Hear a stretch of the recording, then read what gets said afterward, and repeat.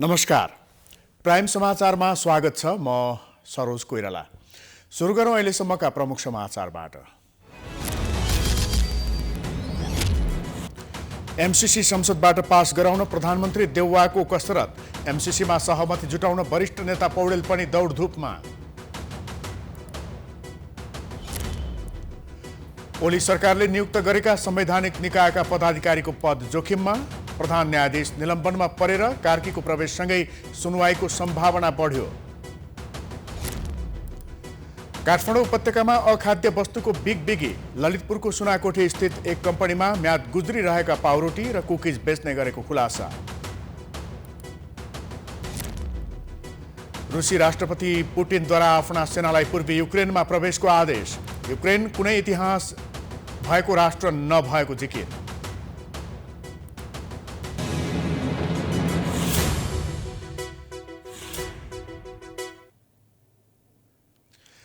अब समाचार विस्तारमा। प्रधानमन्त्री शेरबहादुर देउवाले एमसीसी सम्झौतालाई संसदको सामान्य बहुमतबाट पारित गराउन पहल सुरु गरिसकेका छन्। प्रधानमन्त्रीको चाहना पूरा गर्न उनका दलका प्रभावशाली नेताहरू समेत दौडधुपमा खटिएका छन्। एक रिपोर्ट।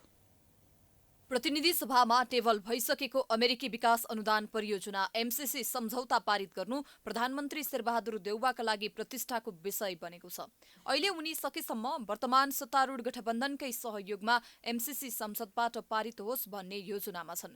गठबन्धनमा रहेका दलहरूकै सहयोगमा एमसीसी संसदबाट पारित हुने विश्वासमा छ। हामीलाई आशा छ, विश्वास छ उहाँहरूले पनि सहयोग गर्ने हुनेछ। जसरी यो टेबल गर्न सहयोग गर्नुभयो, त्यस्तै गरेर चाहिँ यो निर्णयमा पास गर्न पनि सहयोग गर्नुहुनेछ भन्ने हाम्रो चाहिँ आशा र विश्वास छ। तर अब कसरी प्रस्तुत हुनुहुन्छ, कसरी यसमा सहयोगी बन्नुहुन्छ भन्ने कुरा अब 12 गते पछि थाहा हुन्छ।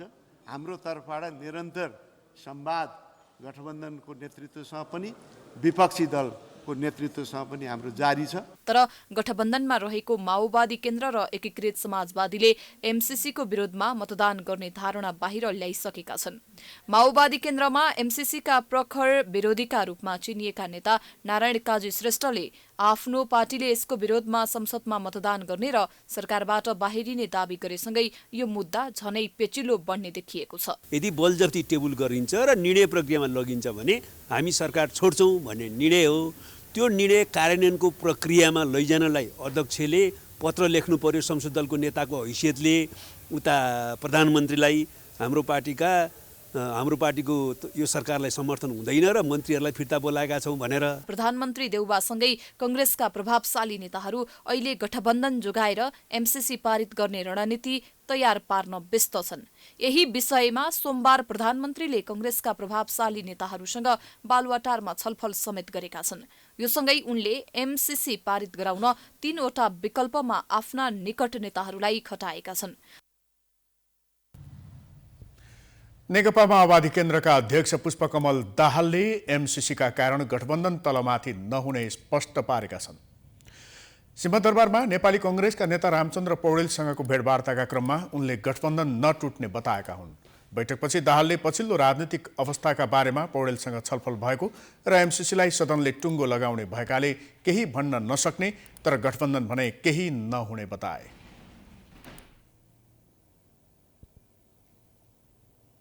उहाँले अरू कुरा होइन, गठबन्धन पनि बचाउनु पर्यो, एमसीसीको पनि समस्या समाधान हुन पर्यो भन्ने लाइनबाट भन्नुभएको थियो। मैले गठबन्धन बच्छ, एमसीसी त अब प्रक्रियाबाट टुङ्गिन्छ भने।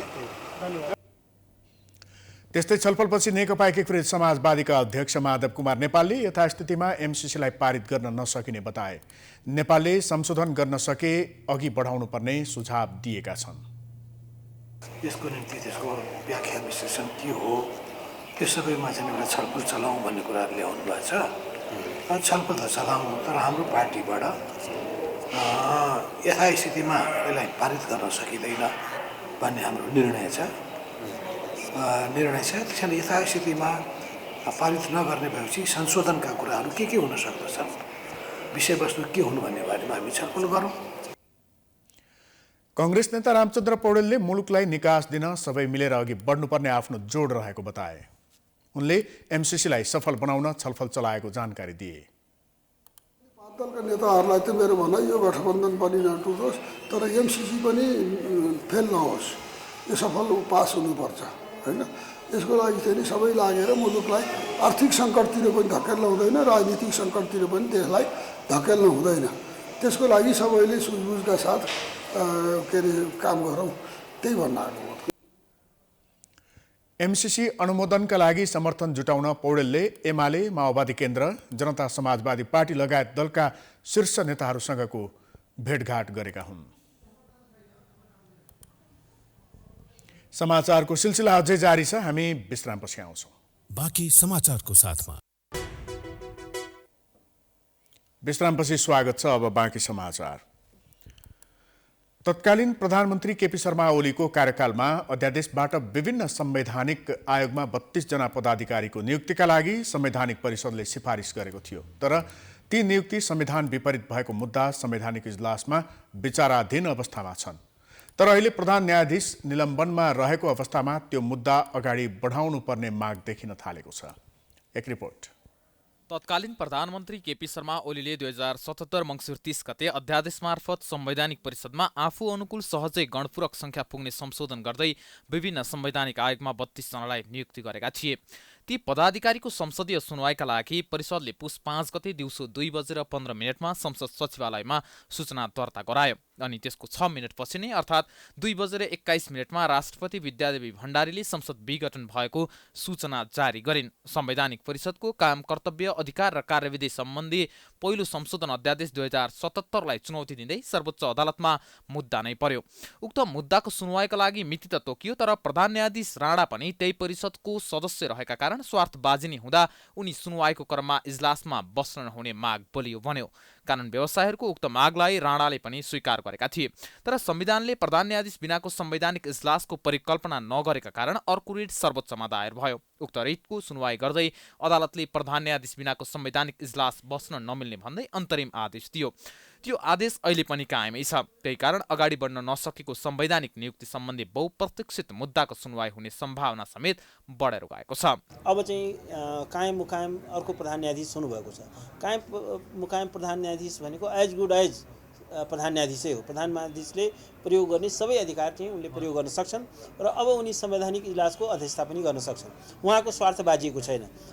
त्यसकारण अब चाहिँ मलाई विश्वास छ कि यो मुद्दाको सुनवाईको प्रक्रिया अब अगाडि बढ्नेछ र यसले एउटा उचित निकास पाउनेछ। अदालतले एउटा संविधान र कानुनमा आधारित एउटा चाहिँ छिनोफानो गर्नेछ। कायम मुकायमका रूपमा दीपक कुमार कार्कीले प्रधान न्यायाधीशको कुर्सी सम्हालेसँगै उक्त मुद्दा अगाडि बढ्ने सम्भावना देखिएपछि ओलीको कार्यकालमा नियुक्ति पाएका संवैधानिक आयोगका पदाधिकारी अहिले त्रासमा छन्। त्यो मुद्दामा सरकारलाई समेत विपक्षी बनाइएको छ।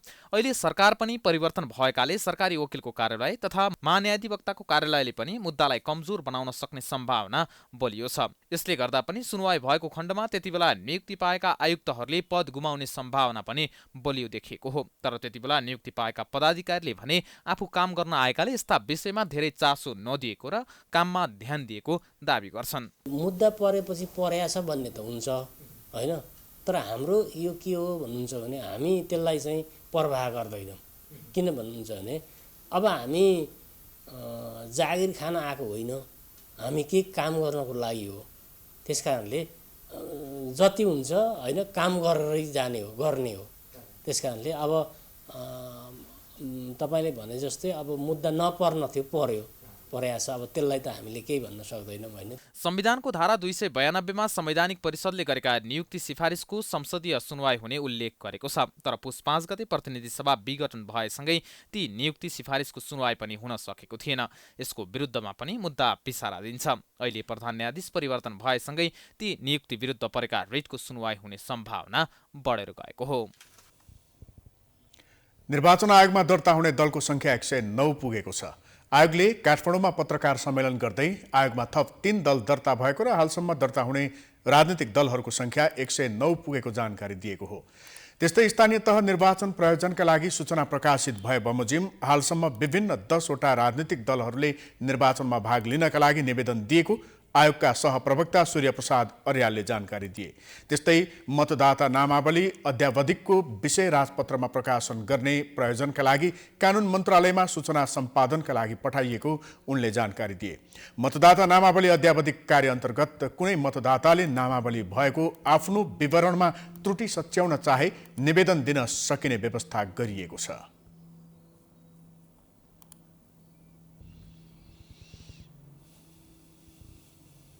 कुनै मतदाताले मतदाता नावलीमा भएको आफ्नो विवरणमा कुनै त्रुटि भएको भए सोलाई सच्याउन यसअघि सम्बन्धित निर्वाचन कार्यालयमा भौतिक रूपमा उपस्थित भई तोकिएको फारम भरी निवेदन दिने व्यवस्था रहेकोमा आयोगको मिति 2078 11/5 को निर्णय बमोजिम सबै निर्वाचन कार्यालयलाई परिपत्र गरी इमेल वा फ्याक्सबाट समेत उक्त निवेदन लिन सकिने गरी निर्देशन दिइएको छ।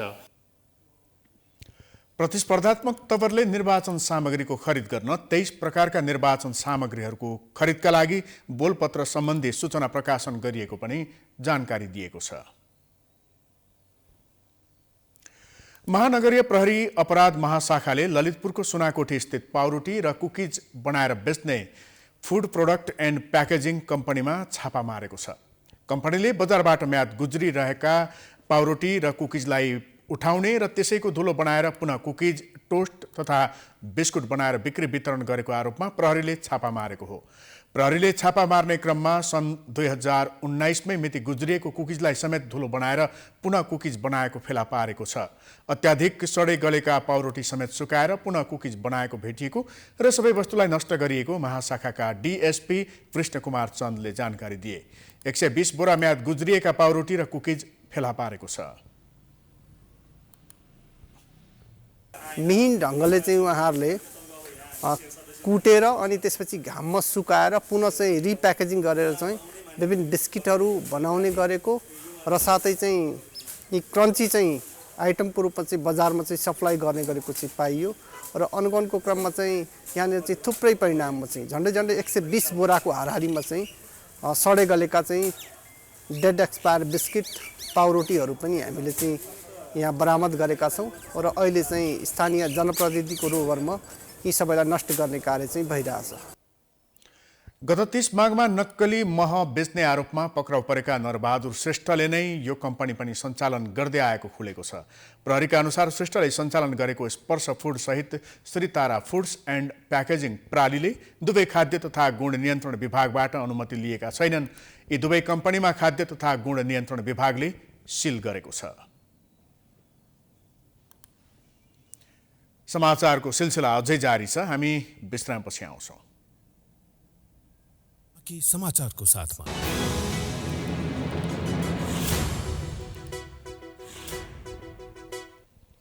रुसका राष्ट्रपति भ्लादिमिर पुटिनले आफ्ना सेनालाई युक्रेनको पूर्वी क्षेत्र प्रवेशका लागि आदेश दिएका छन्। टेलिभिजन सम्बोधन गर्दै राष्ट्रपति पुटिनले रुसी समर्थित पृथकतावादीहरूद्वारा नियन्त्रित युक्रेनका 2 छुट्टिएका क्षेत्रहरूलाई मान्यता पनि दिएका छन्। पुटिनले हस्ताक्षर गरेका आदेशहरू अन्तर्गत रुसी सेनाहरूले लुहान्स्क र डोनेस्कमा शान्ति स्थापना कार्यहरूको रूपमा वर्णन गरिएका कार्यहरू प्रदर्शन गर्नेछन्। सेनाले चाँडै सीमा पार गर्ने डर पनि उत्पन्न गराएका छन्। टेलिभिजन सम्बोधनमा पुटिनले युक्रेनको वास्तविक राष्ट्र भएको इतिहास नभएको बताए। बेलायतका प्रधानमन्त्री बोरिस जोन्सनले यो कदमले युक्रेनको सार्वभौम सत्ताको उल्लङ्घन गर्ने र यसले धेरै कालो सङ्केत गरेको प्रतिक्रिया दिएका छन्। यसैबीच नाटो रक्षात्मक गठबन्धनका प्रमुखले यस क्षेत्रको शान्ति प्रयासलाई कमजोर बनाउने प्रतिक्रिया जनाएका छन्। एयर फ्रान्स र लुफ्थान्सा लगायत धेरै एयरलाइन्सले युक्रेनमा आक्रमणको डरले उडान स्थगित गरेका छन्। अब खेलकुद समाचार।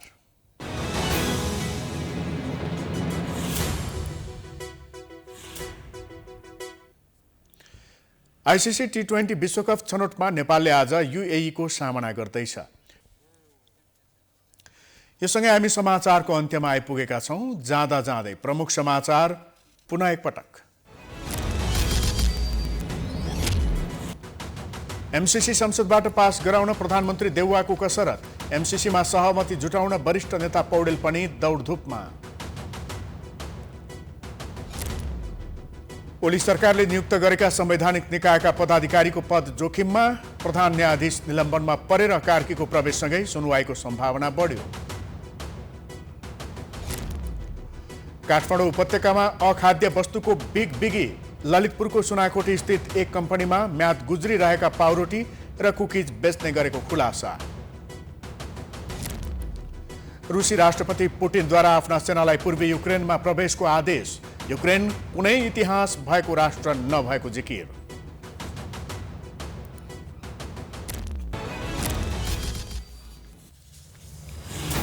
समाचार अहिलेलाई सकियो। हेर्दै गर्नुहोला प्राइम टाइम्स HD।